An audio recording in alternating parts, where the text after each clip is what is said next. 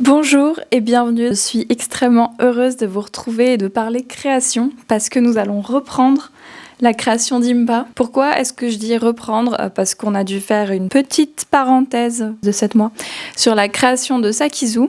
Mais maintenant que c'est terminé, on reprend Impa. Comme je pense que tout le monde a un peu oublié ce que j'avais fait sur Impa, je vous ai fait un récap. Maintenant que j'ai enfin terminé le projet Sakizu, il est temps de se remettre à celui d'Impa. Et mine de rien, ça fait quand même 7 mois qu'on l'a laissé sur le côté de la table, donc je pense qu'un petit récap s'impose. Concernant les chaussures, j'ai décidé de créer mes propres jikatabi de A à Z. Et pour ça, je commence avec la forme de mon pied qui me permet de faire mon patron, pour ensuite le coudre sur un petit tissu assez fin. Je suis même partie un peu loin en me disant que j'allais créer mon propre système d'attache comme sur les vrais jikatabi et je suis venue coller une semelle en caoutchouc. Concernant le legging et le short, honnêtement, c'est juste de la couture. Je suis donc très rapidement passée aux jambières et au kunai. Concernant le haut, j'ai eu un petit peu plus de difficultés, surtout au niveau du cou, parce qu'elle a une partie qui est un peu rigide. J'ai terminé la ceinture. Par contre, le katana et le chapeau sont toujours en suspens. Il est temps de les reprendre.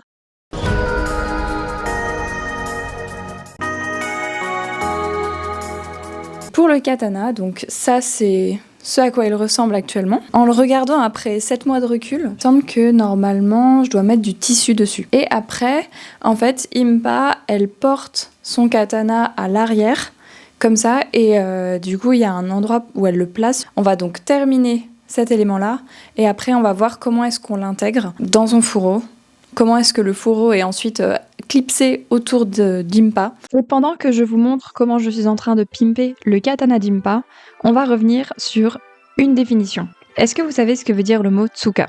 Eh bien en fait, c'est la poignée ou le manche du katana. Et à l'époque, elle jouait un rôle essentiel pour 2 éléments. Le premier, c'était la préhension. Il fallait que le soldat puisse bien maintenir son katana pendant qu'il se battait. La décoration permet de maintenir un certain équilibre au niveau de l'arme, ce qui fait que, à l'époque, il jouait vraiment sur le poids du manche pour être sûr que le katana soit beaucoup plus maniable au niveau des mouvements.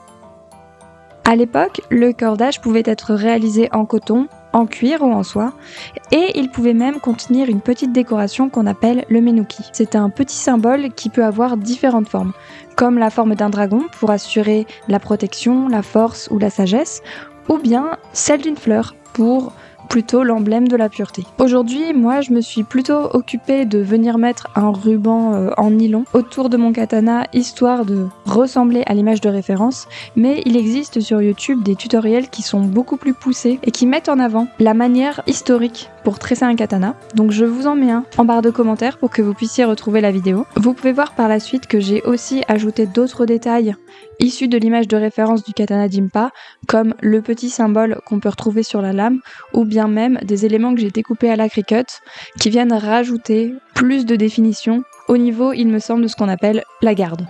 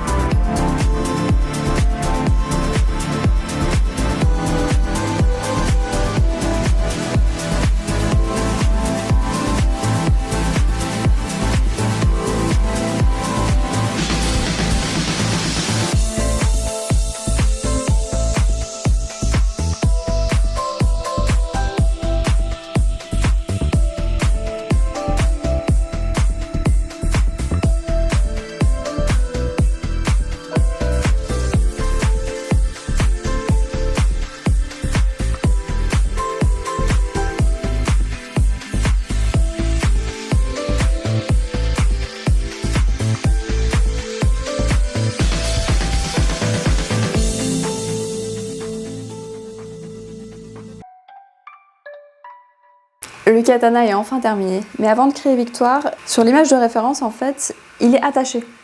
Sauf que là, il n'y a aucun système d'attache, donc il nous reste une dernière chose à faire. Et après avoir re-regardé l'image de référence, le mieux c'est de venir l'attacher sur la ceinture. Je vais reprendre ce tissu-là et je vais faire une sorte de chaussette que je vais venir enfiler sur la ceinture qui aura un trou dans lequel après on peut venir glisser le katana.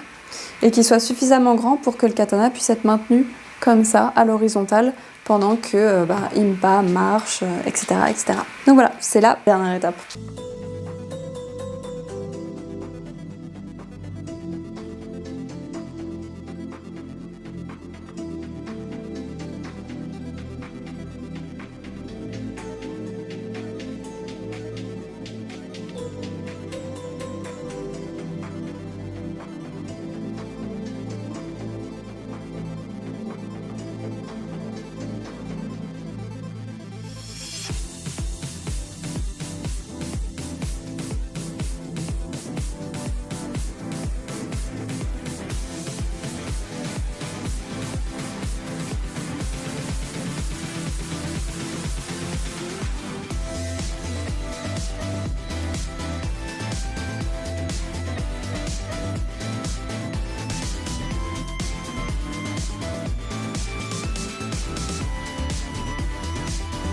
C'est terminé. Donc voilà, on a du coup le katana, donc la partie où on vient ranger le katana et le tout est attaché à la ceinture, ce qui fait que quand on la met, c'est nickel. Et j'ai rajouté du coup un petit logo parce qu'en fait c'est le logo qui est juste en dessous pour faire un petit rappel. Je suis très contente du rendu, j'espère que ça vous aura plu. Je vous mets du coup le petit rendu porté à la fin. Et ben on se retrouve, j'espère, dans pas très longtemps pour la perruque.